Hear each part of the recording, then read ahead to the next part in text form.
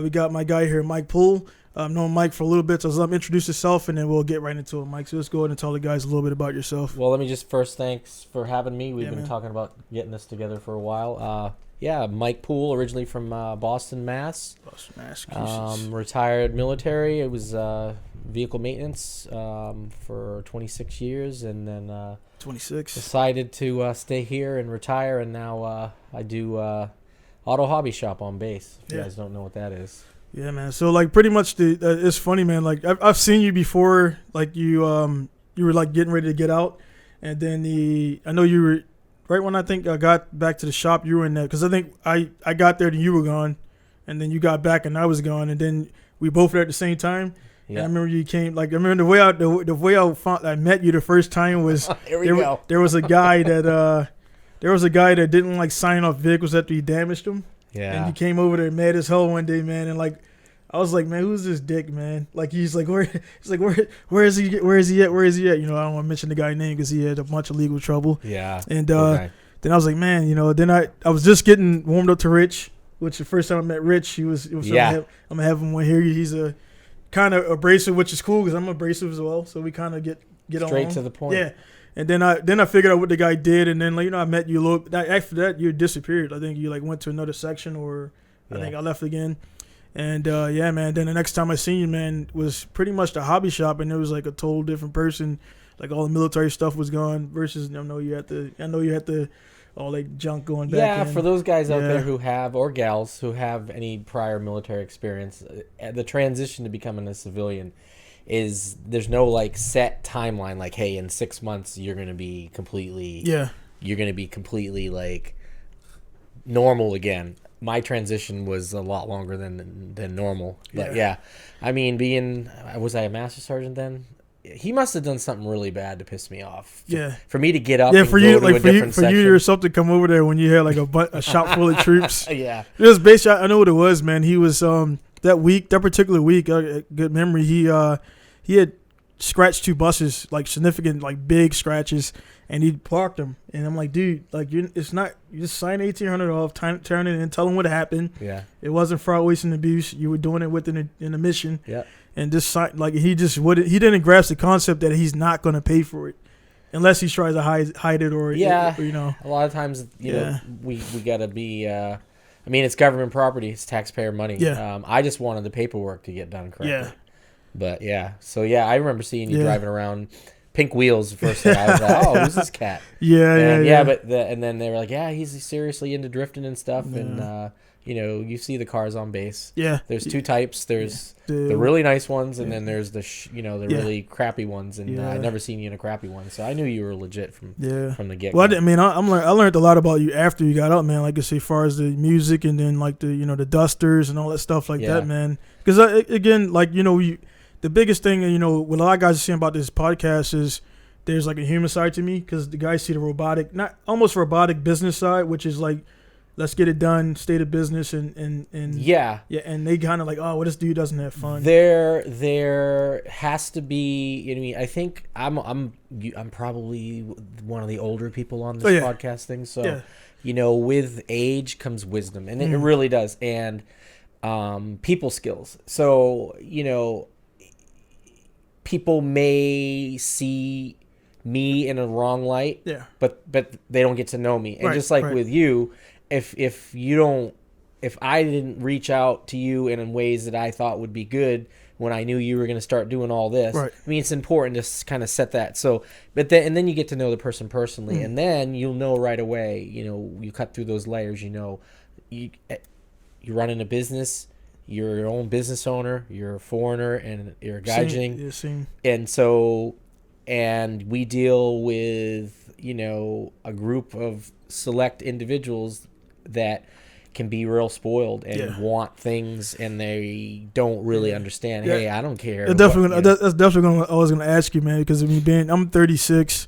We can keep your age anonymous if you want, but I know you're a lot older than a lot of these guys here, and me being 36, man, and I feel like the guys who are 21. It feels like there's 30 years between us when there's not, and it's like the aspect of like just talking face to face. Like I like the technology stuff, but like I'll have a guy come here because sometimes emails doesn't work, and I'm like, hey man, come face to face. And they go, oh, man, well this is fine. I'm like, no, dude, come face to face so we can talk, so you can see, because sometimes my emails, even when I was in the military, my emails were like kind of blunt, and I was told to like make them a little bit more fluffy when you're sending it to this guy. I'm like, dude. Well, setting this up today, you and I had 3 lines of conversation. Easy. It was done.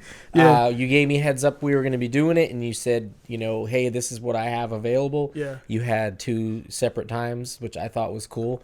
But no, getting back to the things, I deal with customers on a daily basis, and the biggest thing that I try to remember when I'm dealing with customers is whether you're selling bananas, food, maintenance on high performance cars, when you're dealing with a customer, you're dealing with customer expectations. So you have to set, you have to be like, hey, no, you can't do that, and no, I'm not going to do that. No. And then instead of saying, well, maybe, just no.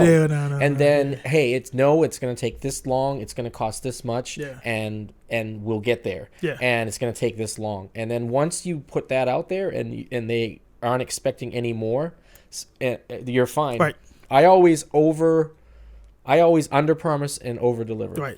Right. So if I know it's going to take 2 weeks, I'll tell them 3 weeks. Yeah.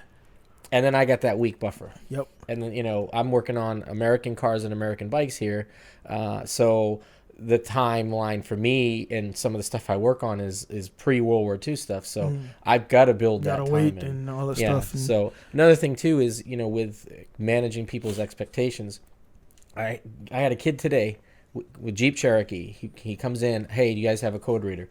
Yeah, we do. It's across the street at our other full-service garage. It's a licensed facility. We don't work on Jeeps. It's an American car. Well, no, like I said, we don't have it. Do you have a code reader? No. Well, can you recommend a good one? Yeah, go online and around the $150 price range. But all you're going to be able to do is read codes. Right. So he's standing there, and then the master sergeant kicks in, and I start feeling bad for this kid. So I said, okay, we have one across the street at the pit stop. It's OBD2. We'll plug it in.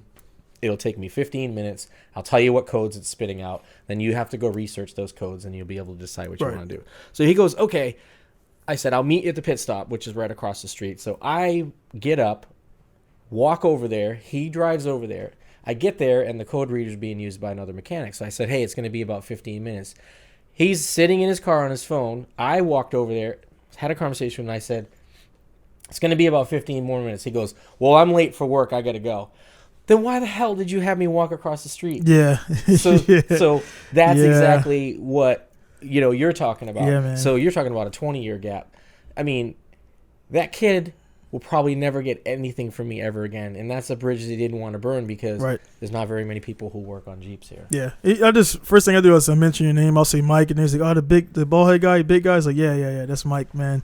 And that's when anytime anybody have issues. I mean, just to be like blunt, a lot of the guys come here, and then I know you pretty much got involved with the the auto complex right when you retired, like immediately. Yeah, that was in the works for a while. So like there was, of course, man, even before you touched it, there was a stigma about the pit stop and the hobby shop and things that go down like that. And a lot of guys come here, and I mean I applaud you guys, because one thing I know you're dealing with guys who just want an A to B car, whereas though you're an enthusiast, I'm an enthusiast, and Mike and people are different.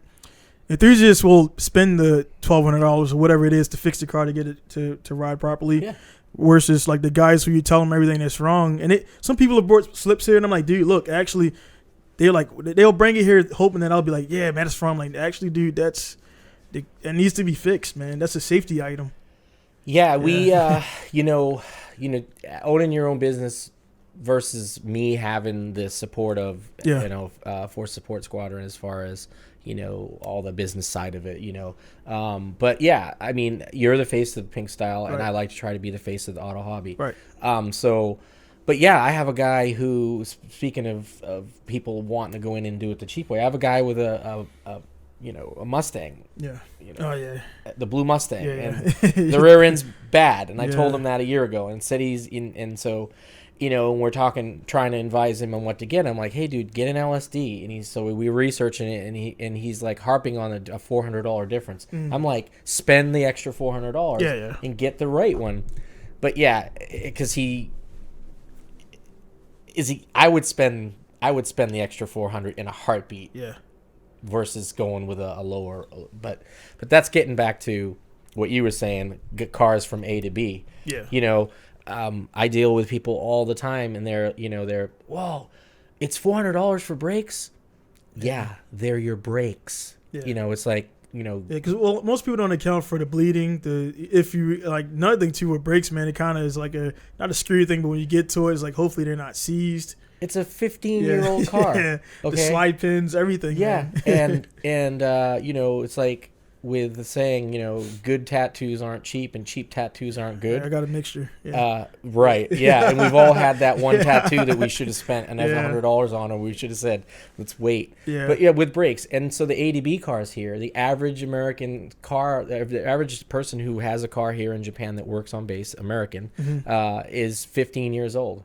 And then onwards. So when I sold a Jimny to somebody, a 1994 Jimny with pretty low kilometers on it, and he's nitpicking all these little things. I'm like, it's 24 years old. Dude. Yeah. I can't. Yeah, that pretty much when I sell anything, man, I put my ads out there, and I'll pretty much tell them when I've probably, I know I lost money, man, because I'll tell the guy, they're like, hey, we're coming to check it out. I'm like, look, well, what you're coming to check out is pretty much verify what I put out there. You're not coming to talk, the price is going to be what it is, and then they don't show up because they already have there in their mind, I'm going to talk them down $500. And you hear the stories. I mean, we've all done it before, but again, being in the business thing and then, our time's being limited, like, dude, look, you want it or you don't. I'm not. I have a saying that, it's cliche, but time is money, and definitely is. I've just seen the plethora of stuff. I'm trying to think in my mind. I have so many examples of where, I've lost money because I felt bad for the person, whereas I should have just said, no, tough shit. Yeah, deal with it. I'm sorry your car's leaking oil, but I told you needed this and you didn't want to do that, and now you have to do it. Right. And so it's tough, and time is money. As you get older, for those of you who are not 30 years old yet, when you hit 30, 5 years feels like a year. When you hit 40, 10 years feels like 2 years. And that's where I'm at. I'm pushing 50, and I look back and I'm like, wow. Yeah. I mean, I just remember the last year's car show, dealing with you with that, man. And so many stuff, Seems much like stuff. yesterday. So much stuff. Looking at the plaque right there, man. So much stuff has happened. Actually, I just dropped off the cappuccino. That's probably not going to be done by that, but I got the V8 it's on the stand. That's going in S13, which the parts came here and got sent back to the States, and they're coming back again. The LS? No, the LS got sold. That's the one you see from the Crown. So I can't wait to see that. So I got for that is actually happening. I got all going parts for most modified again, huh? Yeah, man. Got this time I got the for the exhaust sound. I'll have a trick for that too. Well, so this year we're gonna have guest judges, and we're not gonna judge. That's good. We're gonna pick several car clubs that are coming. We're gonna pick them to judge. We're gonna do the judging different. I went down to Yokohama Hot Rod Show. Okay. This winter and kind of was watching how they do it, and I was really impressed with how they judged everything. I didn't even know they were judging. Judging was done before the show even started. Oh, yeah? So we're going to have the cars in place by a certain time, and then we're going to have the guys in the clubs go around and pick, and whoever they pick, they're going to give it to the person who has that car, and then we're going to go from there. So cool. Hopefully, because I spent. Yeah, man, that was just thinking back on that. I mean, to go from like you seen it, and then the paint was still wet. You came and helped me pick it up, man, which was like that was really cool to do. I was still, I was up 4 days or 3 days at that time. Yeah, I was expecting, dealing with you in the past and times and stuff. Yeah. I was like, okay, if he says he's going to be ready at this time. When I came over and seen it, I'm like, I actually thought to myself, I was like, wow, maybe he's just not going to be ready. And we made it happen, you know. Yeah, man, that was crazy. It was an early morning for all of us. Yeah. So that was like, man, because I was there, man. I mean, I was up. It was close for 3 days, and I don't think nobody else is putting their car together the morning of. No. Usually you see that on like Discovery Channel. Yeah. So that, and the thing is, I didn't shoot any of that, man, because if I would have, it definitely wouldn't have been able to shoot cameras and stuff like that. That was really like roadkill, real life, man. I didn't take any pictures of anything. Yeah. You know, it was just, it was like, hey, I was like, your car going to be ready? No, about this. And then getting it on base and then having it in a different location. But it drove over and it won an award. So yeah, that was all pretty the hard cool. work paid off for sure. Definitely, man. It definitely, you know. It got a lot of attention. Yeah. It was, well, I kind of stood up to the side, and some of the guys that come past there, like, it would be like a mixture of cool and what the hell is that, and then like, what the fuck is that? Frankenstein. Yeah. But I was really impressed with the accoutrements you put on it, the wings and stuff, because I wouldn't have thought of putting some of the stuff there where you put it. Yeah. And then once I seen it all, it was like in a pile. Yeah. And then I was like, well, what's he going to do with all that? And then when I saw it, I was like, okay. Well, a lot of that, you know, was like that masking, man, like where, like, you know, it's there, like you got a hard cut, but like, it's like, what I'm going to do with this? I put a wing on top of that, and that like kind of mashed that. It breaks it up. Yeah. Then I took it to Tsukuba and did, there was, on that day, Tsukuba was like, very, very, very busy. And the kind of same thing I got online, and I was still putting stuff on there, put the bumper back on, everybody else was ready to go. So it was like 74 cars there, and I placed 53rd out of 74. Time attack, and it was. But these, I mean, I'm beating GTRs, and I spent like $1,200 on that car, man. So it was pretty cool, and and I still, it actually to this day, it's still not done. We all have those projects sitting around. So, but yeah, speaking of that, man, I know you got this. Was the flat? Is a flat 8 or? Yeah, that's a flat 8. That's a it's in a 1931. This up so you guys Ford truck. We bought that out of. I didn't buy it. But it was purchased out of Texas a few years ago, and the owner just now decided to get some of the leaks fixed. It's an old Ford flathead. It's a 39 flathead. It's got a 37 Mercury transmission, 3-speed, and the frame is a repro frame, but the actual steel, it's an actual Henry Ford. Henry Ford was alive when that was made. That's a 31 Model A. It's in a truck chassis with a truck bed on it. But this was full. I pulled it out, and originally was just going to do the gaskets. And when we pulled the heads off, we noticed that the valves were just they weren't seating right. And so we cut the valves, put new valve guides in them. If you notice, that's an A. I think they call those A or B blocks. I can't remember. But it's a flathead, so the valves are actually in the block. Okay. So that's why they call them flatheads. And the camshaft sits in the middle, but it pushes the other way on the valves. So the valves are upside down versus what you guys see in... your overhead valves. So how did you get because one thing I noticed, you're certified diesel mechanic, or I grew up diesel. I was diesel in the Air Force, and I worked for Detroit Diesel on the side. Been to the factory schools, but an engine's an engine. I did 2-stroke diesels, which I learned a lot. Okay. Everything on a 2-stroke diesel, most everything on a two-stroke diesel is all mechanical injection. You adjust the injectors with an actual wrench, so it's all analog. That's what I was gonna say, man. Because guys, like, I mean, by default, guys of your age is like when you got into cars, and how did you get into it? I just never a gearhead up until I joined the Air Force. Okay. And then once I started doing mechanic work, I like the tangible results. You know, something's leaking, you go in, you tighten it, it stops leaking. It's like, wow, I actually had. Or I know you get the best part about it is the wizard phase, when like guys come in with a problem and you like look at it like and flip a few switches. We'll turn a few screws in and then fixes it. For example, I people come into the auto hobby shop all the time. Oh, my car won't start. Okay, what's it doing? Well, the flow chart. Is it going click, click, click, click, click, or is it going click? Well, it's going click. Okay, well, did you make sure that it's in park? Well, what do you mean? It's grab the lever and move it a little bit while you turn the key. And had 2 guys walk out, come back in, 40 minutes later, what kind of beer do you drink? Yeah. Yeah, well, okay. It wasn't all the way pushed into neutral, into park. But yeah, so this is one of my projects. I got, I'm always kind of doing some of the old stuff. I do vintage bikes as well. I do.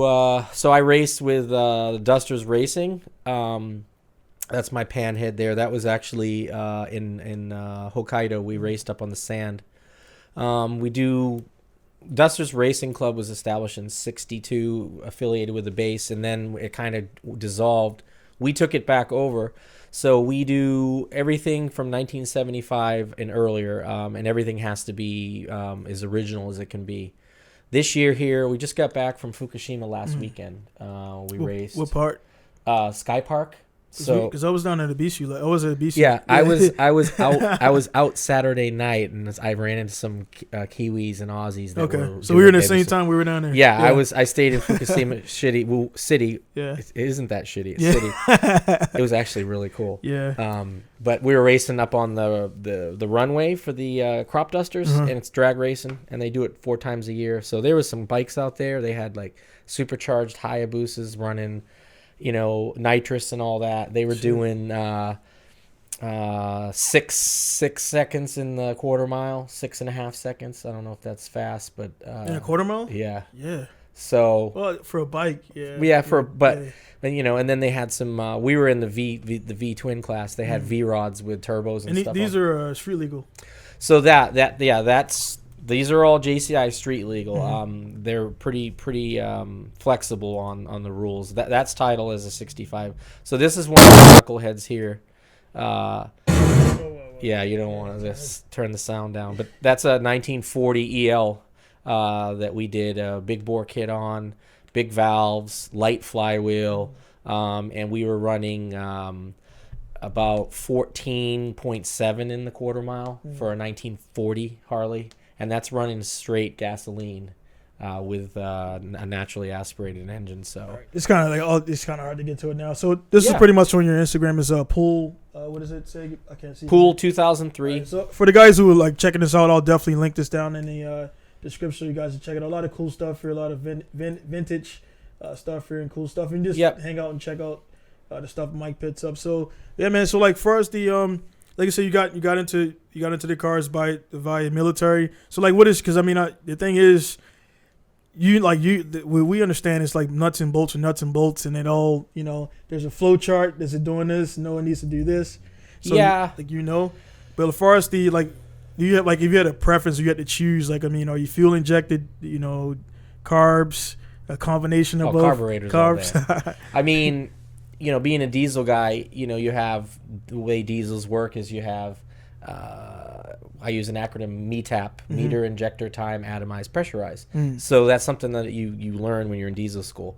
Carburetors, to me, the same way. It's you got to have certain things that are going on. And you can see, feel, and smell more with a carburetor and an injection pump on a diesel versus, I've known you a long time. Have you ever seen me working on a Japanese like high performance car? Because I know, I'll tell you, if I had a drift car, or say for instance I was interested in purchasing this one drift car that I knew I could have got fixed and flipped and made some money, you were the first person I would come to see for advice. So I prefer carburetors. I have a customer now who has a 1985 Buick G-body. I've seen that one's driving around. The one that you actually called me and texted me. What the hell is that? Where do you find this stuff? He was that car, man. The Grand National, man, is definitely one of the cars that I have to own. Yeah. And was that one V6 turbo? So this is just a regular Buick Regal. It's not a GN or a GNX. If you could, I know they're here in Japan. If you could find a GN or a GNX, good luck. High price.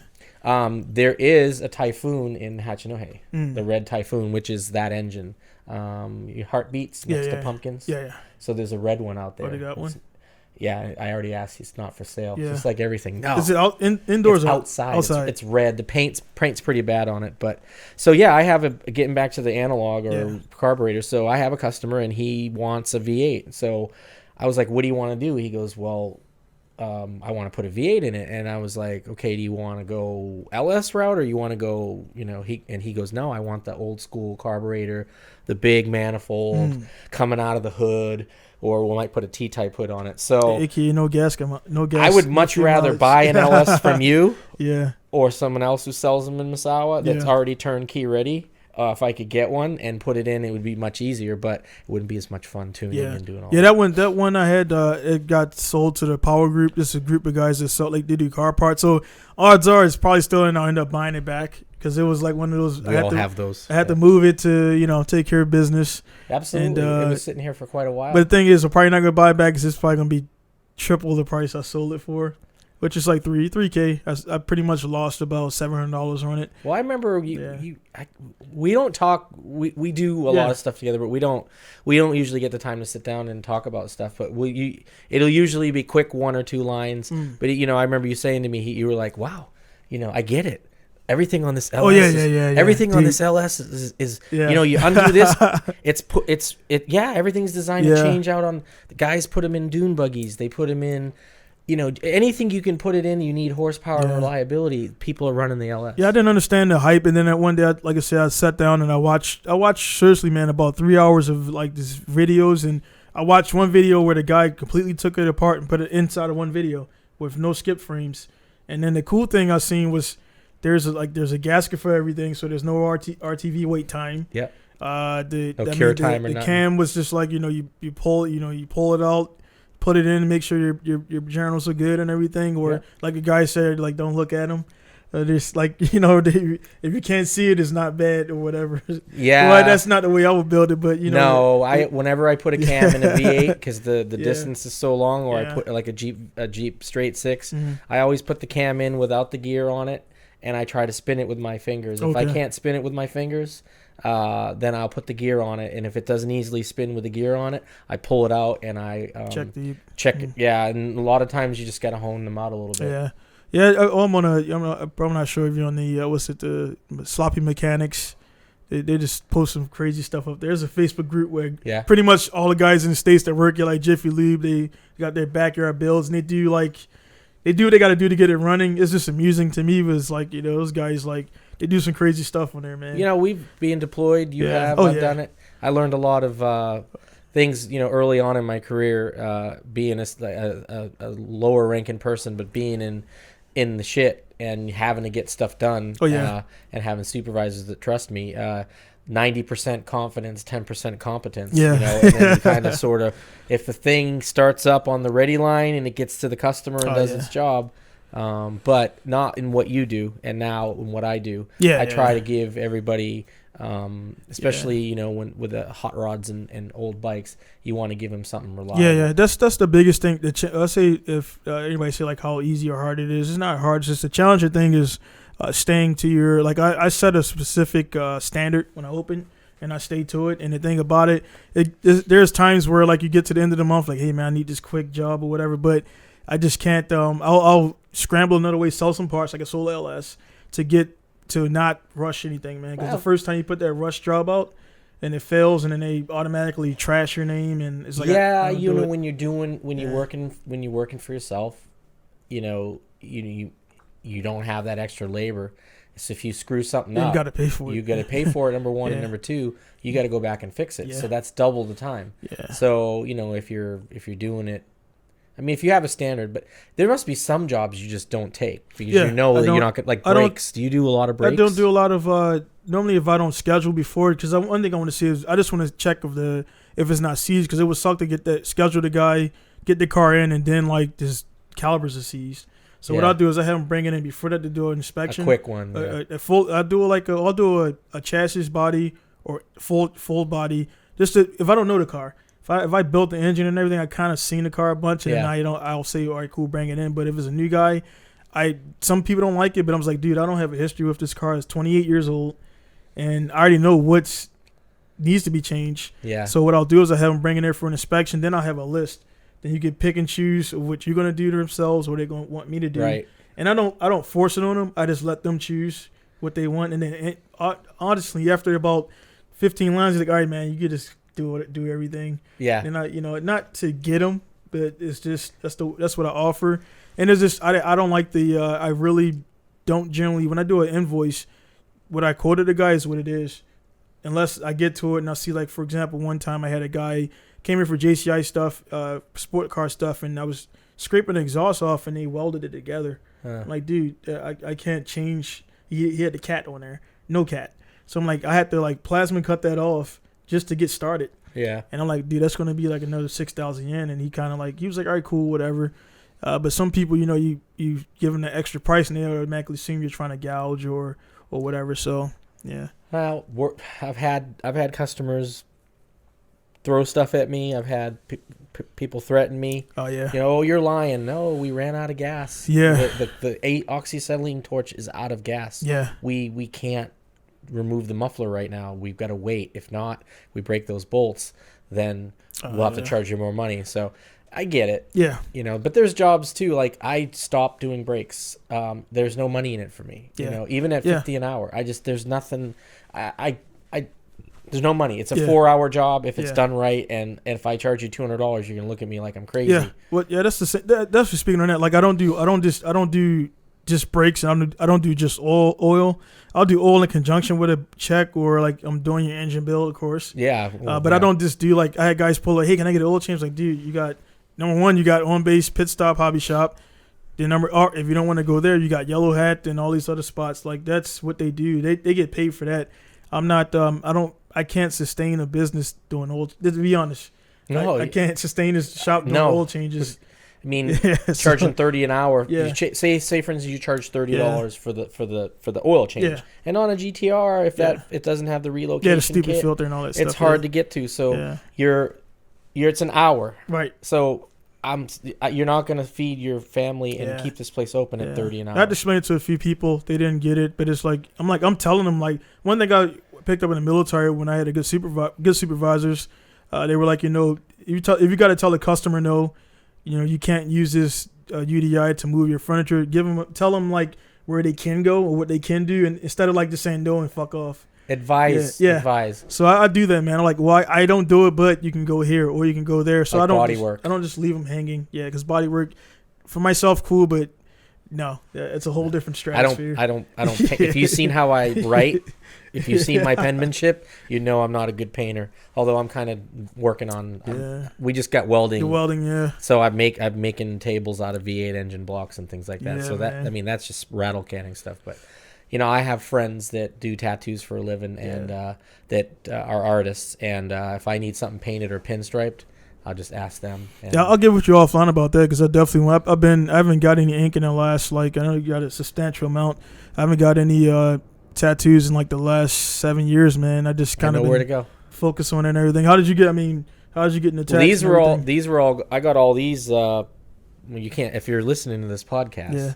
I should say I'm raising my arm. No, I'm fully sleeved. I've got my legs are done, and I'm working on a back piece now that's going to take about a year. So I'd say about 65% of my body is tattooed. Yeah. And there's certain areas my wife's like, no, you're not going to get it. I want to get my neck done. Yeah. I was thinking because man, you'll look just like a dude straight out of prison, man. Like, dude, I was going to get some chopsticks and ramen noodles right here, you know, but on my neck. But for sure the living here in Japan as a retiree and as an American and being able to still do every day what I like to do and get paid for it, and then also do it on the side, and then it's a tight group of folks up here. Yeah. Here at Misawa, and it's a good scene. I don't drift. I'm not into the JDMs or anything. Yeah. But I definitely know if I know where I would get my. I just respect anything because I do the bulk. I told it was I think the guy on base that has the black Charger is it Charger or the Challenger with the lights everywhere. Yeah. I think he messaged me a little bit ago and he was like, hey man, could you do? I'm like, dude, I could. That's the theory is like if I don't know what it is, What was he asking you to do, a muffler? No, he was saying in general could I work on? I'm like, dude, I can work on anything. It's just FSM. What are you trying to do? And I mean, nuts and bolts, man. It's the same. Everybody just doesn't grasp the rotaries, and I work on those. They're a little bit of magic, but they're actually simpler. It's like it's literally like you can sit all the parts on this table. Yeah, and it's simple. So a lot of people just don't. I think in the car thing they just see, oh man, it's a carburetor. I'm like, dude, well, just learn how jets work. Air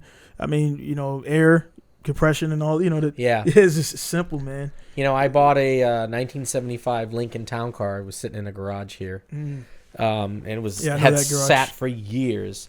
First thing I did to it was towed it to the shop. And when I got it to the shop, I ordered a new carburetor for it. It's pretty much all gummed up. Oh yeah, it started and ran, but I know in 500 miles I'm going to have problems, and I want to drive this car in the summers, as short as they are up here. And I put a brand new Edelbrock on it, and I haven't had any problems in 2 years. Cruising on the toll road at 150 kilometers an hour, things just bumping down the road.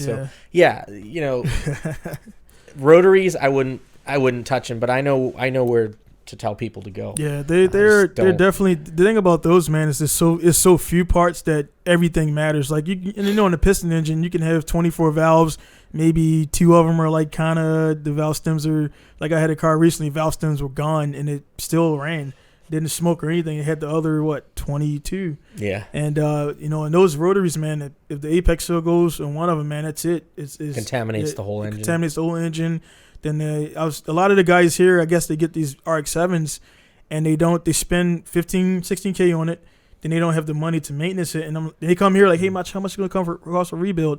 And they take a loan out to get the car. Basic rebuild is $4,500. That's a basic one. Yeah, that's not taking the engine out. That's not putting it back in. That's just the actual taking it apart, and that's if there's no issues.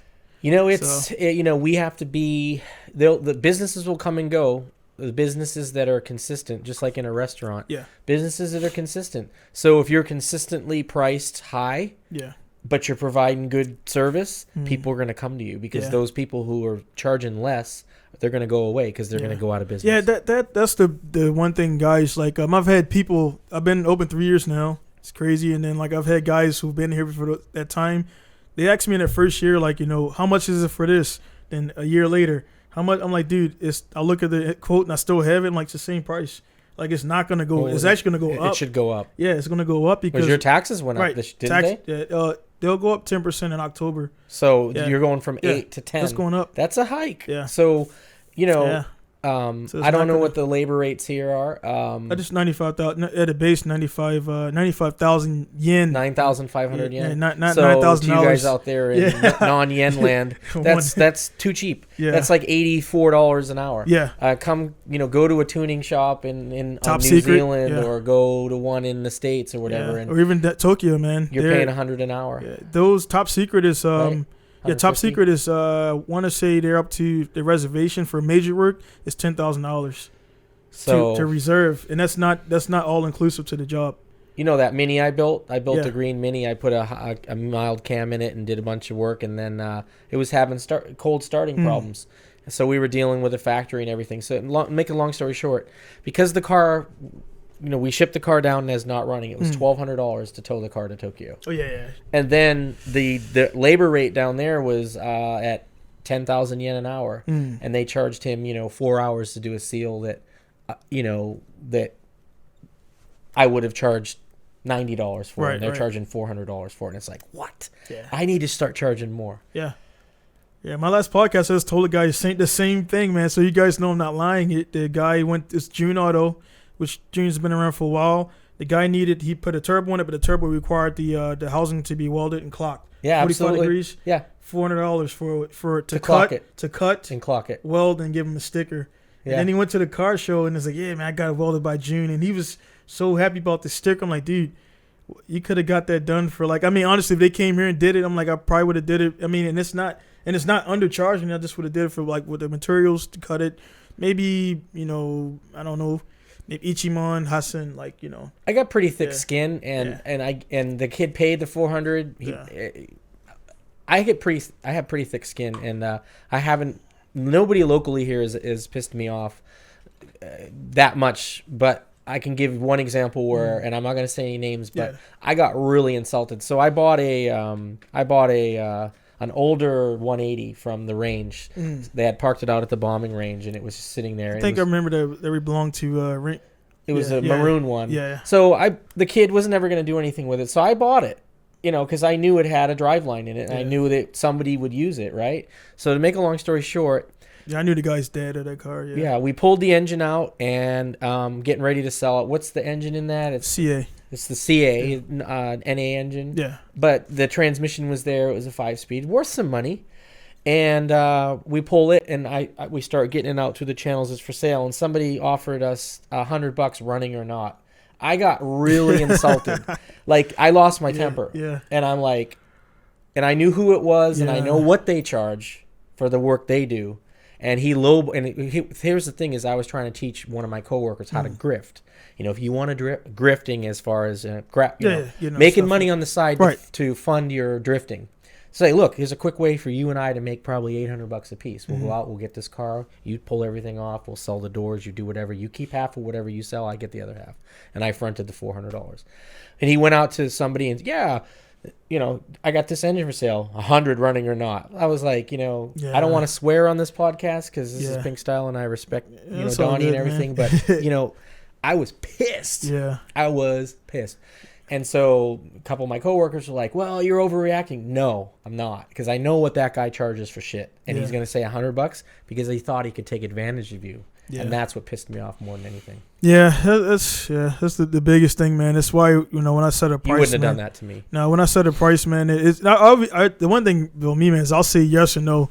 Yeah. Instead of like easy. Instead of guys be like, let me get with the wife. And Donnie's straight up. Yeah, to the point. I don't ask my wife anything. Well, in regards to that, Yep. And that's the biggest thing. Like yes or no, and that way he moves on. You're not dragging him around.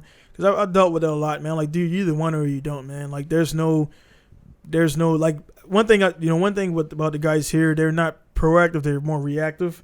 Yeah. So instead of having spares, they'll wait till that 25-year-old starter goes out. When I tell them, like, hey, man, last year it's the solenoid is sticking out. You can hear it. And like, that's cool. And then save your money. Then I get 3:00 in the morning message like, hey, man, I'm stuck in Hirosaki. You better bang on it, man, or something. It's like, bring it to my shop. I'll schedule you in now. You won't get in for another 2 months. Like, but the cool thing now is I got the truck, so if they did, I can actually go myself and grab them, which they'll pay for 3:00 in the morning. And you always know, emergency wise, you get a hold of me, and we have 2 trucks, and we'll get you. Oh man, the hobby shop and the pit stop. I wrecked the 33 at MSP back in 2009-10. And I was like, sitting on top of the hill, did a 180, T-boned it.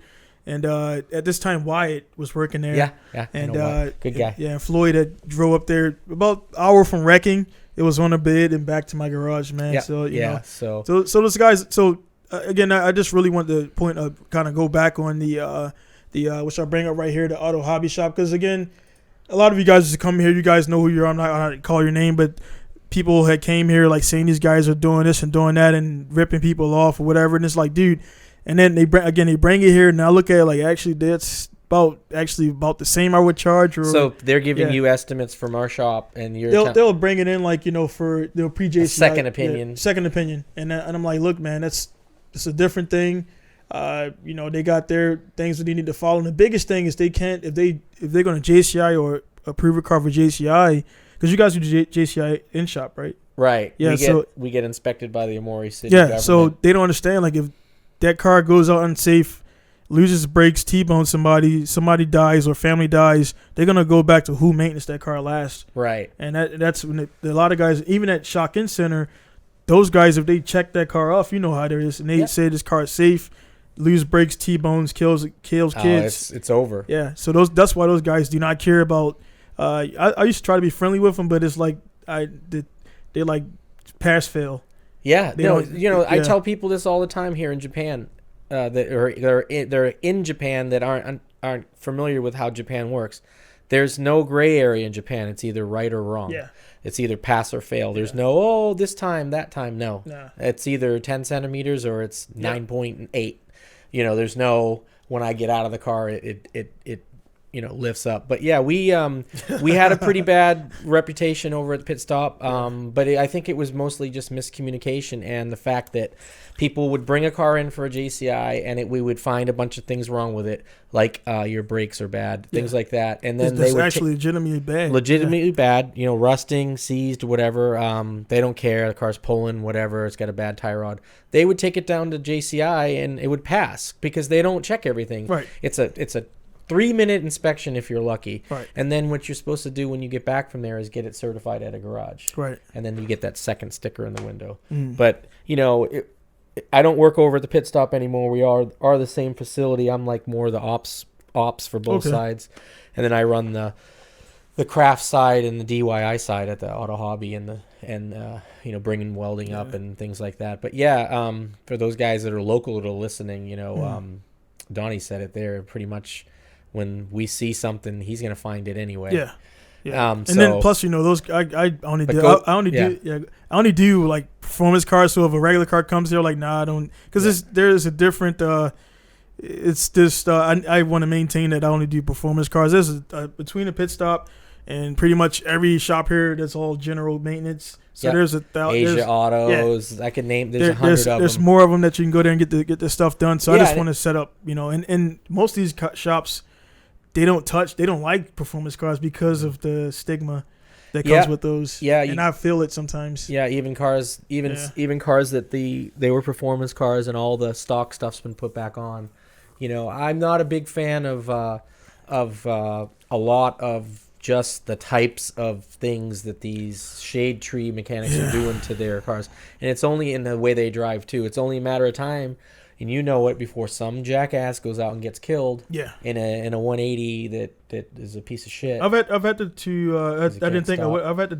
deny certain mods because the guy would be like 21, 22, and he just got a 230 horsepower car, and he's like, he comes to me with this list, and he's like, he wants this much, and I'll tell the guy I'll ask him like, what's your experience, and I'm like, hey man, I tell the guy straight, and he's like He was getting mad at me because I was telling him I won't do it. And I'm like, dude, you got to understand, if I do this and I can give you 500 horsepower, no doubt. You seem to have the money to do it. But if you go out there and die, they're going to come back here, man. Just look at it this way. They're going to come back here. With motorcycles, same thing. Look at it this way with motorcycles, and you can transfer it into cars. 18 years old, 180 horsepower. 50 years old, 500 horsepower. Yeah. Or if it's a 30-year-old and he's got his drift license or something, or his dad's a drag racer, right? But you're right. You put a 500 horsepower, 18-year-old or 21-year-old kid in a 500 horsepower car up here on these roads in Japan, and he kills himself. Tawada. The spotlight's going to be on you. Yeah. Well, they'll go up to Tawada and they'll think they're in Hakone, and that's when they figure out their brakes really suck. Because they're they're, and that's even spirit. That's just not even like breaking the speed limit. It's just like downhill. Then they don't know it, so they're breaking the whole way down, and the trees stick out in the road. My jackass days are over. I've done stupid things. I wrecked the car there, and that sucked, man. That was a helpless feeling, and I didn't street race for years, and then I went out. I had a Japanese buddy persuade me to go out, and I took a 600 horsepower car out in the Toge. And I was also drifting professionally, so I'm drifting at a much higher rate of speed. And I was wondering why they were saying, what gear? I say third gear. They say, dame. Then I say, daijoubu. Then they say, you have to be slow here. Then I come down, third gear, 600 horsepower. Can't see where I'm going, hit a 180, go down a tree. And, that put me back 2 years, man. Everything was reshelled into that car. But, it was 600 horsepower and roughly $72,000 in a ditch, and I didn't know how I was gonna get it out, man. And luckily, the guy, dad, had a crane truck. They craned it out. But the chassis was all damn. The kicker was my insurance expired that same night. And I did because I didn't drive the car, and it just happened to expire. I knew I had insurance, so it was going to be free or write off, but it turned into me having to pay him Jumon, which is $1,000. I didn't have it. I was working at PAX Terminal, so it took me 4 months to pay the guy back. And his son kind of was taking advantage of that because he knew he saved my ass, man. Without those guys, I'd be out of here. Yeah. So he kind of, I did a clutch job for him, and then I was like, after that, man, we're done, man, because he was milking it. The first 2 jobs, I was in debt to him. Yeah, well, it's good.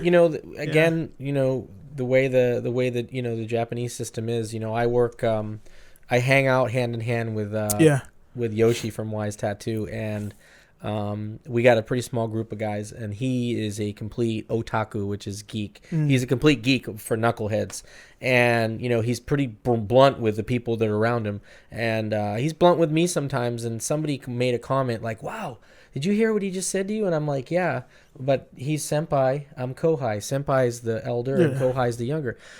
Well, why do you take it? Because he teaches me everything he learns, and knowledge isn't free, and another thing we got to realize too, and I know you get this because it's the Bushido samurai kind of spirit thing, is this country can trace its emperor back 2,600 years. This new emperor that came in, they can trace that family back for 2,640 years. So roughly 3,000-year-old culture versus American culture. Now I'm not anti-American. But if you can see what I look like, you definitely know I'm not anti-American. But I put that into perspective. You know, it's got to be. It's not saying it's completely right, but 3,000 years, they've tried and errored a lot of stuff. So I try to put that into my effort when I, deal with people, and I deal with, customers, and I deal with my hobbies. And, part of my hobby is sometimes I got to take shit from an older guy who's teaching me everything. Hell yeah, I'm going to do it. The one thing that sucks about being a Gaijin here, man, it's like you're known in your area, and then when you go to like a new place, you got to kind of reestablish that. Unless it's a different podcast.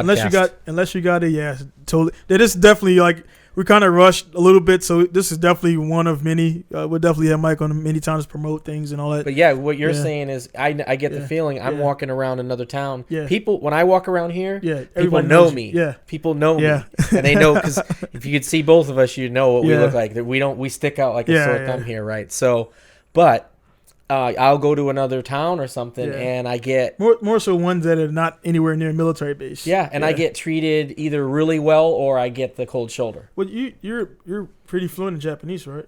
For the most part. Like, I mean, I can't read it Japanese as much as I'd like to, but and my skill level goes up the more chuhais I have. I don't. If you ask me, I don't know, but if I get in a situation, it's like, it's funny how it kind of comes. And it's like, but when you're on the spot and everything, so I can get around anywhere in Japan.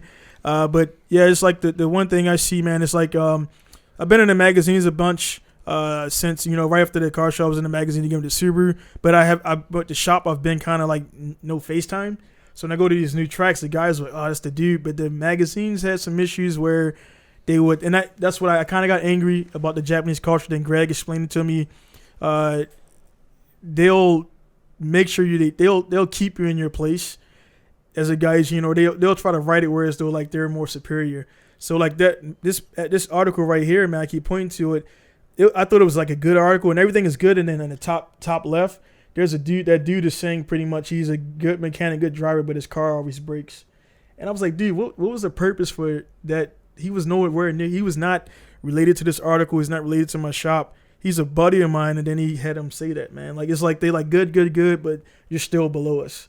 And that wasn't all the other magazines I had. I had to call him, and I'm like, look, man, if you're gonna do this, we can stop working together, because I'm not a jester. And that's a cultural thing. Yeah, I got pissed about that, man. I spent 10 years I spent 6 full years living in Korea, on and off for 10 years, back and forth. 6 years total. I speak some Korean, and I lived there, and then I've lived here in Japan since 2000. Not on 2000 to 2006, and I left for 4 years and came back in 2010. And I can tell you, and now that I'm retired, dealing with Asian businessmen, they get under your skin quick, but because they're super cutthroat and and that there is just an example of them just being cutthroat. Basically saying, oh, he's here racing our cars. He thinks he's badass. Well, he actually is, but and his shit breaks. So that to me, I could see that's a huge slap in the face. But look at it on the bright side. I'm still in there. You're still in it. That's where it usually look, and man. You're in there. I can you see all these magazines right here. I got one dealer from. So the cool thing is I can pretty much at will get in there. But the thing I learned, he was like, dude, just make sure next time you call him, like a Subaru for example, that was not anywhere near done. So that was a bad shoot and it barely drifted. And I was like, well, next time I have a article or a car to shoot, I'll make sure it's 110% before they go, because they're gonna look for any little So he was like, just make sure the car's 120% ready to go before the shoot. That way is on the track, shoot, and there's leaving no room for them to interject anything negative. You know, so yeah. That, you know, there's a lot of things we do. There's a lot of things we do as Americans that we just do, not knowing that we do them. That can be, you know, I mean, but by all means, neither of us are very flamboyant. We look really flamboyant, but we're not really flamboyant. We're pretty much, you know, if I say I'm pretty much to the point, and I'm pretty much, if I say I'm going to do something, I do it. Right. You know, I don't think things through as much as you do because I like I said, I have the support of my things, but you being a business owner, I'm sure you think a lot about a lot of stuff, and you're always like, and you know, you're always progressive. If somebody's doing something on base, or someone's doing something like in the drift scene or whatever, he did it 3-4 years ago. Yeah, I've had a few. And I know that much. Actually, speaking of that, man, it was like you said, the guys are cutthroat. We called the guys. Well, we called them and asked them why were they doing this. It was of course, they said it was a miscommunication. And the cappuccino I just dropped off Hatchinoy for the sandblasting. I mentioned to the guy in good faith that I'm going to be doing this. And then a week later, I was like, I got pissed about the article, my wife messaged him, and he was like, well, go Minnesota. Then I took away 15 magazines because I wasn't selling them. So I guess they seen that as like I'm backing out. Yeah. So like then the very next week. Oh, they were brown nosing you. Well, they put an article out about cappuccinos. So to kind of spite me. So now when I bring mine out, I'm behind now. So when I bring my car was built over a year ago. When I bring the one Jay-Z cappuccino out, which just shoehorned in there, now it looks like I made that after I seen that magazine. And that I'm like, I could see it. I'm like, dude, strategically, they I guess they don't think I'm looking that far into it. And it's like, I see what you guys are doing, man. So it's like, we'll still, like Greg told me, you utilize them to get where you need to get. And, absolutely. Yeah, and you kind of don't, because I was ready to burn everything, man. They got to sell magazines. Yeah. You don't have to. Yeah, so they need us. They need us for content. I haven't been back to the States in a long time. Do people buy magazines anymore? No, and that's the thing too. They're trying to do English, so we're talking. I'm like, dude, the magazine thing is everything is Instagram and Twitter and Facebook now. Is there. Yeah. So by the time the magazine hits, it's already out there. No, they'll flip through that. Yeah. I mean, we have we definitely have. Gone past the magazine stage. We got car and driver, but they're mostly like it's toilet material, man. A guy's gonna read it on the toilet or, in a waiting room for. Everybody's on their smartphones on the toilet now. Yeah. Remember when you used to read the back of the air freshener? Yeah. Where it was made, but yeah, man. You're just like, I can't take a crap now without my phone. It's like, where's my phone? Yeah. Why do you need it? I gotta go take a crap. I need my phone. It like when you're on a phone, man, or anything, it just makes you think about life, like stuff like what's going on and all that stuff, man. But I love technology, but I try to pull away from it. I know, like you were just talking about too, a lot of guys, they probably want to text. I'm like, dude, just come talk to me, man. Like, you're especially your generation where, like, I mean, you guys are embracing it, but it's like we didn't have phones and beepers and all this stuff. I talk into mine in the text. Yeah. I'm on my way. Yeah. Yeah, and the whole time I'm come on my way here, I'm like, shit, should I get something to drink? And then I realize you have a drink machine right outside the door. The vending machines are very plentiful here in Japan. Yeah, man. So for you, because we got to get out of here soon. What events or anything you got coming up? So we got the Misawa International Motor Show, which you go to the website, the FSS website. I'll put that out there. Yeah, and you can register online. We get that on the 30th of June. Working really hard. We've got about 90 cars signed up already. Last year we had 175 cars. So get that event. And then locally, my race team is sponsoring a race out of 338 Motor Park. It's the Dusters Cup. It's July 7th. And that's if you want to see guys on really old motorcycles that are worth a lot of money, beating the crap out of them and getting all muddy and stuff, come out to that. We also have the Misawa Thunder meeting in conjunction with American Day. And if anybody's listening to this that's in the Tohoku area that can make it, come up for American Day weekend. We're going to have, the parade and all the bikes and all that stuff. And then it's, festival time up here. Yeah, American, For those of you, come on up for Misawa. Yeah, Misawa, this is the time of year, man. So all the stuff's on the FSS site? Right. Yeah. So what I'll do, like I said, I'll link the FSS site so you guys can go through that. And also I'll take down the separate events and put those down there so you guys can see that. Because the Misawa, November through almost April. It kind of is winter. It sucks, man. But this time of year, man, it just feels good to be up here. There's a lot of festivals and everything, so we definitely take advantage of that and get outside as much as we can. I love how the girls dress in the summer. So. Yeah, well, they wear short stuff in the wintertime too, so it's like I guess I need to go where you're going. Yeah. Oh yeah. No. Yeah, I hang out down in Yokohama a lot and all that stuff, man. But yeah, man, it's definitely good to talk to. I know again, I'll have you in here again just before some other events. And whenever you got time and want to promote something, just let me know. Yeah. And fantastic. I mean, this there's no limit on these. This is only 16. This is only episode 17, and I just started and everything. I've been missing in action for the last 2 weeks. So you had some legends in here. You had Mr. Franklin. Yeah, had Gami in here. And he's a legend, man. He's like I said, he's modest, man. He's fully engulfed into the culture here. He's like an MC at these events. He speaks fluent Japanese. He's a character. Yeah, I've always liked him. He's the fact that I'm running the business and I speak maybe a few words of Japanese and he speaks fluent and he doesn't. I've seen some of his stuff. Yeah. I'm a big fan. Yeah. So shout out. Yeah, man. Yeah, for sure. And then I saw Mike was on here. Yeah. Slips. Yeah, Mike. Yeah. So pretty much, if you guys haven't realized, you got Mike here, Poole, and all the guys that I have here again. Initially, is the guys that are making moves here in Misawa, the Gaijins, and being a positive light. So the guys out there can see that there's a lot of stuff, innovation, and things going on here. And it's just like being positive. There's enough negative stuff out there, and whatever. Again, like I had somebody in the last comments was like, oh man, you having all black guys, and I'm like, dude, they just happen to be in the order that I put them in. Okay, I'm far from that. Yeah, I'm about on the end of the spectrum there. So I got a few other. There's one that's going to be a shocker, which I'm gonna let that come out when it comes out. As a guy that he was a guy when I knew him, and now he's changed, and So I know who it is. Yeah, so we'll get him on here, and because I legitimately want to know what the process is, and that, and whatever, I know exactly who you're talking about, so, and he has my support. Yeah, so, he. He's the first person I know, so it's like and now that I knew him before the changeover, it's like it doesn't make me think any different about him. No, so, and that's what was weird because I thought I would be like, whoa, but you know what? But once I let my guard down, which was pretty quick because it was either going to be yes or I'm just going to stay away, and it was yes, and it was like it's the same person. Yeah, they just look different. Yeah. So only thing difference is like it's not my son, so that'll be different. Well, two things I will never do with you, Donnie, is talk about religion or politics.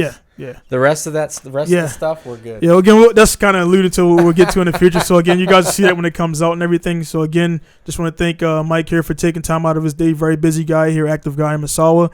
And again, so you guys out there to stay tuned for more guests to come up. I got a few guys coming up from down south.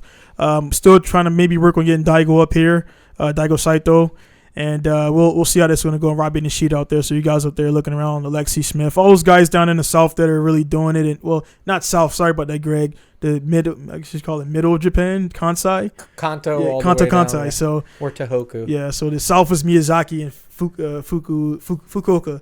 And stuff like that. So again, thank you guys for tuning in. Like, subscribe, share, and all that good stuff. And again, man, just stay positive, stay active, and get things done out there, man. So and all my vets out there, make sure you get your VA stuff in there, man. I'm at 80% and definitely enjoying the money that's coming in. So don't sleep on that and get it done, man. So again, guys, get it done. Email me if you got any questions, and I'll see you guys later. So it's gonna be Donald and Mike signing off from Misawa, Japan, Pinku style. See you guys later. Bye. Thanks, brother. Yeah. That was good stuff.